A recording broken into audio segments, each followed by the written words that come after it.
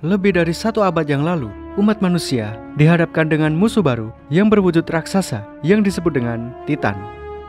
Perbedaan kekuatan manusia dan musuhnya sangatlah jauh. Karenanya, manusia dipaksa ke ambang kepunahan. Umat manusia yang masih bertahan hidup akhirnya membangun 3 dinding, yaitu Maria, Rose, dan Sina. Setelah itu mereka pun bisa melanjutkan hidup di bawah perlindungan dinding. Kedamaian ini sudah berlangsung selama kurang lebih 100 tahun. Hampir semua orang merasa bahagia dan tidak pernah mengeluh. Kecuali 1 orang anak yang bernama Eren Yeager. Berbeda dengan orang pada umumnya, Eren sama sekali tidak merasa bahagia hidup di dalam dinding. Dia merasa bahwa kehidupan manusia saat ini sudah seperti hewan ternak. Dan tidak hanya Eren saja, salah satu temannya yang bernama Armin juga berpikir demikian. Armin mengatakan bahwa hanya orang gila saja yang menganggap dinding bisa melindungi manusia untuk selamanya. Lalu, saat itu juga tiba-tiba muncul kilatan kuning disertai dengan ledakan. Kemudian muncullah 1 Titan yang berukuran sangat besar. Lalu Titan itu menghancurkan dinding sehingga membuat Titan-Titan kecil lainnya memasuki wilayah manusia. Seketika itu juga, Eren bersama saudara angkatnya yang bernama Mikasa segera berlari menuju ke rumah mereka. Sesampainya di sana, ternyata tempat tinggal mereka hancur tertindih batu. Eren dan Mikasa pun berusaha untuk menyelamatkan ibu mereka yang terjebak di reruntuhan. Di saat yang sama, sesosok Titan juga sedang mendekati mereka. Kemudian, seorang pasukan militer bernama Hannes datang untuk membantu. Namun, ibunya Eren meminta Hannes untuk membawa Mikasa dan Eren pergi. Pada akhirnya, ibu Eren dimakan hidup-hidup di depan mata Eren dan Mikasa. Mereka bertiga pun berlari menuju ke dalam dinding Maria. Kemudian muncul lagi sesosok Titan lain yang sekujur tubuhnya diselimuti oleh armor. Lalu Titan itu menghancurkan dinding Maria. Umat manusia kini sudah kehilangan dinding Maria. Mereka yang masih bertahan hidup semuanya berpindah ke dinding Rose. Insiden tersebut membuat Eren bersumpah akan membunuh semua Titan. Dia berencana untuk bergabung dengan pasukan militer ketika dia sudah cukup umur. Beberapa tahun telah berlalu, Eren, Mikasa, dan Armin, mereka semua sudah tumbuh menjadi remaja. Sesuai rencana, mereka bertiga bergabung dengan pasukan militer. Di sana, mereka juga mendapatkan teman-teman baru. Ada Jan Kirstein, ada Rainer Braun, ada Bertolt Hoover, ada Connie Springer, Sticky Fingers. Sorry agak maksa kali ini. Ada Annie Leonhardt, ada Histo Kristalens, ada Ymir, ada Marco Bot, dan ada Sasha Blaus. Si perempuan yang cukup cantik, tapi tolol. Bisa-bisanya dia makan kentang di tengah-tengah pendidikan militer. Sungguh tolol. Pertama-tama, mereka belajar tentang kelemahan Titan dan bagaimana cara membunuhnya. Titan sendiri terbagi menjadi beberapa jenis. Yang pertama adalah Titan biasa. Titan biasa adalah Titan lemah yang pergerakannya bisa dengan mudah diprediksi. Yang kedua, ada Titan abnormal. Titan abnormal sebenarnya termasuk jenis Titan lemah. Hanya saja, pergerakan mereka sangat sulit diprediksi. Biasanya Titan abnormal bisa berlari atau bahkan melompat. Yang ketiga adalah Titan berkekuatan khusus, seperti contohnya Titan kolosal dan Titan armor. Titan hanya mempunyai 1 kelemahan yang terletak di bagian belakang leher. Cara yang paling efektif untuk membunuh Titan adalah menebas bagian belakang leher dengan 2 pedang. 2 pedang tersebut juga tersambung dengan sebuah alat yang disebut dengan 3D Maneuver Gear.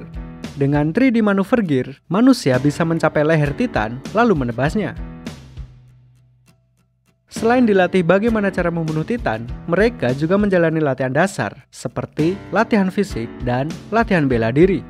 Beberapa prajurit berpikir bahwa latihan bela diri tidak penting karena tidak bisa digunakan untuk melawan Titan. Namun, meskipun demikian, Eren tetap serius menjalani latihan. Dia yakin bahwa apapun yang dipelajarinya tidak ada yang sia-sia. Setelah beberapa tahun menjalani pelatihan militer, akhirnya Eren dan kawan-kawan dinyatakan lulus. Pelatihan ini juga menghasilkan 10 lulusan terbaik. Mereka adalah Nomor 10, Krista. 9, Sasha. 8, Connie. 7, Marco. 6, Jan. 5, Aaron. 4, Annie. 3, Bertolt. 2, Rainer. Dan lulusan terbaik sekaligus petarung yang paling kuat adalah Mikasa Ackerman. Mereka yang berhasil lulus kemudian diberikan pilihan untuk bergabung dengan salah satu dari 3 pasukan khusus. Yang pertama, mereka bisa menjadi pasukan penjaga yang bertugas di perbatasan dinding. Kedua, mereka bisa menjadi pasukan penyelidik yang bertugas di luar dinding. Divisi ini memiliki tingkat bahaya yang sangat tinggi karena mereka akan berhadapan langsung dengan Titan. Ketiga, mereka bisa menjadi polisi militer. Polisi militer adalah divisi yang paling nyaman karena tugas mereka adalah mengawal raja yang berada di dinding yang paling dalam. Artinya, polisi militer sangat jarang berhadapan dengan Titan. Maka dari itu, hanya 10 lulusan terbaik saja yang diizinkan untuk bergabung. Sudah jelas, Eren, Mikasa, dan Armin akan bergabung dengan pasukan penyelidik. Keesokan harinya, sebelum mereka resmi dilantik, tiba-tiba saja Titan kolosal kembali muncul dan menghancurkan dinding. Kali ini, Eren berusaha melawannya. Ketika dia mengincar leher bagian belakang, Titan kolosal mengeluarkan uap panas, kemudian dia menghilang tanpa jejak. Setelah itu, Titan-Titan biasa mulai memasuki wilayah manusia. Seketika itu juga, para prajurit segera bersiaga dan juga melakukan evakuasi. Pertarungan ini memakan banyak sekali korban jiwa. Ada banyak prajurit yang tewas dimakan Titan, dan ada juga yang mengalami mental breakdown hingga memutuskan untuk bunuh diri. Begitu pula dengan Armin, dia hampir saja tewas dimakan Titan. Namun, di saat-saat terakhir, Eren berhasil menyelamatkannya. Begitu Armin selamat, Eren lah yang tewas ditelan oleh Titan. Gila ya, udah capek-capek latihan, ujung-ujungnya tewas juga dimakan Titan. Kalau tahu begini, mending rakit PC. Wow. Beberapa jam kemudian, kabar kematian Eren akhirnya sampai di telinga Mikasa. Mendengar kabar kematian Eren, Mikasa langsung kehilangan semangat hidup. Dia hanya terdiam meskipun di dekatnya ada Titan yang mengincarnya. Kemudian, secara mengejutkan, muncul satu Titan lain yang menyelamatkannya. Titan yang satu ini cukup unik karena dia bisa menggunakan teknik bela diri manusia. Semua pergerakannya sangat efisien karena dia langsung mengincar leher Titan. Anehnya lagi, dia tidak tertarik sama sekali dengan manusia. Kejadian ini membuat Armin mendapatkan ide baru. Dia berniat untuk memanfaatkan Titan itu untuk menyelamatkan prajurit yang lain. Rencana Armin bisa dibilang berhasil. Titan itu bertarung mati-matian sampai kehabisan tenaga. Lalu, secara mengejutkan, Eren Yeager muncul dari dalam tubuh Titan tersebut. Di sini terungkap bahwa Eren adalah manusia yang bisa berubah menjadi Titan. Setelah kejadian itu, Eren, Mikasa, dan Armin diinterogasi oleh para prajurit. Banyak sekali orang-orang yang ketakutan dengan Eren. Eren mencoba untuk menjelaskan bahwa meskipun dia Titan, dia tetap berada di pihak manusia. Namun, penjelasannya tidak dipercaya. Bahkan, mereka bertiga ditembak dengan menggunakan meriam. Eren tidak punya pilihan lain. Dia berubah lagi menjadi Titan untuk menahan meriam tersebut. Kemudian, Armin menjelaskan kepada semua orang bahwa Eren bukanlah musuh umat manusia. Malah, ini justru menjadi hal yang bagus, karena umat manusia bisa memanfaatkan kekuatan Titan untuk merebut kembali kota yang sudah hancur. Tak lama kemudian, seorang komandan pasukan penjaga yang bernama Pixis datang ke tempat itu. Dia pun setuju dengan rencana memanfaatkan Titan sebagai senjata. Misi baru pun akan segera dimulai. Rencananya adalah Eren akan berubah menjadi Titan, lalu mengangkat batu besar untuk menutup lubang pada dinding. Namun sayang sekali, rencana mereka tidak berjalan mulus. Ketika Eren berubah menjadi Titan, dia kehilangan kendali atas dirinya. Tanpa sadar, dia menyerang Mikasa. Mikasa berusaha untuk meyakinkan Eren. Lalu yang terjadi adalah Eren tanpa sengaja memukul kepalanya sendiri hingga pingsan. Kejadian ini membuat Armin segera bergegas menuju ke tempat Eren. Lalu, dia menusuk leher Eren dengan maksud untuk membuatnya sadar. Perjuangan Armin cukup membuahkan hasil. Eren berhasil tersadar, lalu dia segera mengangkat batu besar sesuai rencana. Dan pada akhirnya, rencana menutup dinding berhasil dilaksanakan. Setelah berhasil menutup dinding, langkah selanjutnya adalah membersihkan semua Titan yang masih tersisa. Di saat yang sama, pasukan penyelidik juga datang untuk membantu. Ini adalah kemenangan pertama bagi umat manusia. Setelah pertempuran selesai, segera dilakukan pembersihan mayat-mayat prajurit yang sudah gugur. Lalu, Jan tanpa sengaja bertemu dengan Marco yang sudah menjadi mayat. Sayang sekali, tidak ada yang tahu bagaimana Marco bisa mati. Sementara itu, Eren saat ini sedang berada di penjara. Dia juga diawasi oleh dua orang hebat dari pasukan penyelidik. Mereka adalah Erwin Smith dan Levi.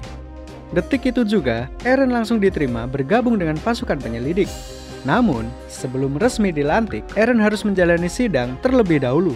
Sidang ini akan dipimpin oleh panglima tertinggi dari semua pasukan militer yang bernama Zaklai. Persidangan ini akan membahas apakah Eren layak untuk dibiarkan hidup. Meskipun Eren sudah berjasa menutup dinding, namun masyarakat masih belum bisa mempercayai Titan. Dikhawatirkan, jika suatu saat Eren mengamuk, dia bisa dengan mudah menghancurkan kota. Ada banyak sekali orang-orang yang menginginkan Eren mati, termasuk pasukan polisi militer. Kemudian, Erwin Smith dengan gagah berani mengatakan bahwa dia akan menerima Eren ke dalam pasukan penyelidik, lalu merebut kembali dinding Maria dengan memanfaatkan kekuatan Titannya. Lalu untuk meminimalisir kerusakan, pasukan penyelidik bersama Eren akan berpindah markas di luar dinding. Dengan begitu, masyarakat yang berada di dalam tidak perlu khawatir lagi. Dan jika suatu saat Eren mengamuk, pasukan penyelidik mempunyai Levi yang bisa dengan mudah membunuhnya. Penawaran Erwin akhirnya diterima oleh Zaklai. Eren sekarang sudah resmi bergabung dengan pasukan penyelidik. Tentu saja, Eren diawasi oleh skuad khusus yang dipimpin oleh Levi. Ada Petra, ada Aurwo Bossart, ada Eltjin, dan ada Gunther. Mereka adalah orang-orang yang mempunyai kemampuan bertarung yang hebat di antara anggota yang lain. Kemudian, Eren juga bertemu dengan anggota lain yang bernama Hanji. Dia adalah anggota yang bertugas untuk meneliti Titan. Apa saja yang diteliti? Ada banyak, seperti contohnya, apa itu Titan, dari mana asalnya, kenapa Titan memiliki tubuh seperti manusia, apakah Titan merasakan rasa sakit, kenapa Titan cenderung aktif di siang hari, dan lain sebagainya. Keesokan harinya, terjadi masalah yang tidak terduga. Dua Titan subjek penelitian tiba-tiba tewas dibunuh oleh seseorang. Hal ini membuat Erwin menyadari bahwa kemungkinan ada imposter di sekitar mereka. Beberapa hari kemudian, tibalah saatnya pelantikan para kadet. Erwin memberikan pidato sekaligus merekrut calon anggota yang baru. Selain itu, dia juga membocorkan satu rahasia besar yang hanya diketahui oleh pasukan penyelidik. Dia mengungkap rencana untuk pergi ke distrik Shingansina, tepatnya di rumah Eren yang sudah hancur. Kenapa tempat itu menjadi tujuan? Karena di ruang bawah tanah rumah Eren tersimpan satu rahasia besar yang hanya diketahui oleh ayahnya yang bernama Grisha Yeager. Tentu saja akan sulit untuk pergi ke sana karena rumah Eren berada di daerah dinding Maria yang sudah hancur. Erwin mengatakan jika pasukan penyelidik berhasil mengungkap rahasia itu, maka umat manusia akan selangkah lebih maju dari yang sekarang. Setelah memberitahukan rencana tersebut, Erwin mempersilahkan bagi yang tidak ingin bergabung diminta untuk meninggalkan tempat tersebut. Secara mengejutkan, teman-teman seangkatan Eren semuanya bergabung dengan pasukan penyelidik. Mereka adalah Mikasa, Armin, Jan, Sasha, Connie, Rainer, Bertolt, Krista, dan Ymir. Hanya satu orang saja yang bergabung dengan polisi militer. Orang itu adalah Annie. Beberapa hari kemudian, pasukan penyelidik menjalankan misi ke Shingansina. Itulah yang dikatakan Erwin kepada anak buahnya. Namun sebenarnya misi ini mempunyai tujuan lain dan tidak ada satupun yang tahu. Hanya Erwin saja yang mengetahui tujuan sebenarnya dari misi ini. Setelah berjalan cukup jauh, tiba-tiba saja Armin bertemu dengan Titan wanita. Secara mengejutkan, Titan itu melihat wajah Armin, lalu dia pergi begitu saja. Artinya, kemungkinan besar dia adalah manusia yang bisa berubah menjadi Titan. Kemudian, Rainer datang dan membawakan kuda untuk Armin. Lalu, Jan juga bergabung bersama mereka. Armin menceritakan tentang apa yang baru saja dialaminya. Dia pun bisa menyimpulkan bahwa kemungkinan Titan itu sedang mencari Eren. Mereka bertiga pun menyusun rencana untuk menyerang Titan itu. Lalu, ketika Rainer menyerang, Titan itu bisa dengan mudah menangkapnya. Namun, Rainer beruntung karena dia masih bisa meloloskan diri. Rainer segera berlari bersama Armin. Sedangkan Titan itu tidak berniat untuk mengejar mereka, tapi dia justru berlari ke arah yang berbeda dari sebelumnya. Sementara itu, Erwin bersama beberapa orang lainnya akhirnya sampai di sebuah hutan. Hanya beberapa orang saja yang diizinkan untuk memasuki hutan, sedangkan anggota yang lain diperintahkan untuk berjaga di daerah luar hutan. Kelompok Levi bersama Eren termasuk orang-orang yang diizinkan untuk memasuki hutan.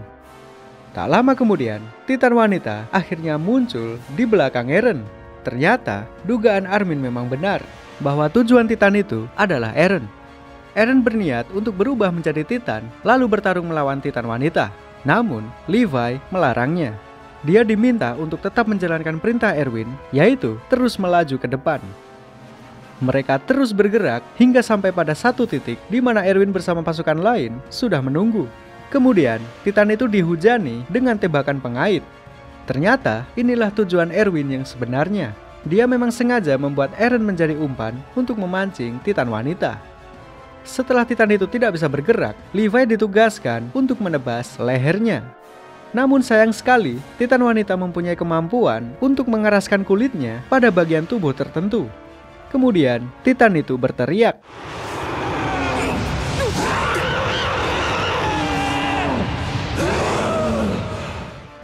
Lalu, tiba-tiba saja datang segerombolan Titan lain yang memakannya. Hal ini membuat Titan wanita berhasil melarikan diri. Lalu dia pun menyamar sebagai salah satu anggota pasukan penyelidik. Kemudian, orang itu mendatangi tempat Eren dan dia pun berhasil membunuh Gunther. Setelah membunuh Gunther, orang itu berubah lagi menjadi Titan. Lalu, dia membunuh Elk, Petra, dan juga Auruo. Semua anak buah Levi sudah tewas dalam pertempuran ini. Tentu saja, hal ini membuat Eren sangat marah. Dia pun berubah menjadi Titan, lalu bertarung melawan Titan wanita. Eren sudah berusaha semaksimal mungkin, namun sayang sekali dia kalah dalam pertarungan ini. Kemudian, Titan wanita menangkap Eren dan membawanya lari. Kejadian ini diketahui oleh Mikasa dan Levi. Tentu saja, mereka tidak akan membiarkan Titan itu lari begitu saja. Kemudian, Levi menunjukkan kenapa dia dijuluki manusia terkuat. Pertama, dia menyerang mata dari Titan itu hingga membuatnya tidak bisa melihat. Lalu, dia menyerang syaraf di sekujur tubuh Titan itu hingga membuatnya lumpuh sementara. Lalu yang terakhir, dia menebas rahang dan berhasil mengambil Eren dari mulut Titan wanita. Pada akhirnya, Eren berhasil diselamatkan. Pertempuran ini bisa dibilang seimbang. Baik Titan wanita ataupun pasukan penyelidik, dua-duanya gagal menjalankan misi. Namun, bukan berarti pasukan penyelidik tidak mendapatkan apapun. Ketika malam tiba, mereka mendiskusikan tentang apa saja yang sudah terjadi. Lalu, mereka sampai pada kesimpulan bahwa identitas dari Titan wanita adalah Annie Leonhardt. Semua ini adalah berkat Armin. Dia menyadari bahwa ada beberapa kejanggalan ketika dia bertemu dengan Titan wanita. Pada saat itu, Annie harus melihat wajah Armin untuk memastikan supaya dia tidak salah membunuh. Tujuan Annie adalah menangkap Eren, bukan membunuhnya, jadi dia tidak boleh salah. Teori Armin juga didukung oleh Mikasa yang menyadari kuda-kuda gaya bertarung Annie. Semua ini memang hanya dugaan, mereka tidak mempunyai bukti apapun, namun mereka harus tetap bertindak. Mereka pun segera menyusun rencana untuk memancing Annie. Rencananya cukup sederhana, yaitu Eren, Armin, dan Mikasa akan mencoba memancing Annie memasuki terowongan sempit. Sesuai dugaan, Annie menolak untuk memasuki terowongan. Meskipun dia adalah Titan, tetap saja dia akan kesulitan bergerak di tempat yang sempit. Selain itu, Annie juga menyadari bahwa dia pasti akan kesulitan melawan Mikasa. Setelah identitasnya sudah terbongkar, Annie segera berubah menjadi Titan. Lalu dia menghancurkan terowongan itu hingga membuat Eren tertimpa reruntuhan. Tentu saja, hal ini membuat semua orang menjadi panik, tak terkecuali pasukan polisi militer. Mereka yang selama ini menjadi pecundang tentu saja sangat ketakutan melihat Titan secara langsung. Hanya pasukan penyelidik saja yang bisa diandalkan. Mikasa, Jan, Armin, beserta anggota lainnya berusaha mati-matian melawan Annie. Kemudian, Eren yang tertimpa reruntuhan akhirnya tersadar dan berubah menjadi Titan. Tibalah pertarungan kedua antara Eren melawan Annie. Eren tetap saja kesulitan melawannya. Bukan hanya karena Annie sangat ahli dalam bela diri, tapi Titan Annie juga mempunyai kekuatan untuk mengeraskan kulit. Eren sampai kehilangan tangan dan kakinya, namun dia masih belum menyerah. Annie pun sudah mulai kehabisan tenaga. Biar bagaimanapun juga, dia hanya sendirian melawan Titan Eren ditambah dengan pasukan penyelidik. Dia pun berniat untuk memanjat dinding dan melarikan diri. Namun, Mikasa tidak akan membiarkannya. Mikasa memotong jari Annie hingga membuatnya terjatuh. Begitu dia terjatuh, Eren langsung menghajar kepalanya hingga terputus. Setelah itu, Eren merobek leher Annie. Lalu tiba-tiba saja muncul kristal yang menyelimuti tubuh Annie. Mungkin ini adalah sistem pertahanan otomatis yang akan aktif ketika Annie kalah. Pada akhirnya, Eren bersama pasukan penyelidik berhasil mengalahkan Annie. Namun, karena Annie sekarang sudah menjadi kristal, Erwin dan kawan-kawan tidak bisa mendapatkan informasi apapun darinya. Setelah kejadian itu, Annie dipenjara di bawah pengawasan pasukan penyelidik. Meskipun tidak bisa disebut menang 100%, setidaknya umat manusia sedikit lebih maju dari yang sebelumnya. Lalu, bagaimanakah kelanjutan ceritanya? Nantikan di video selanjutnya.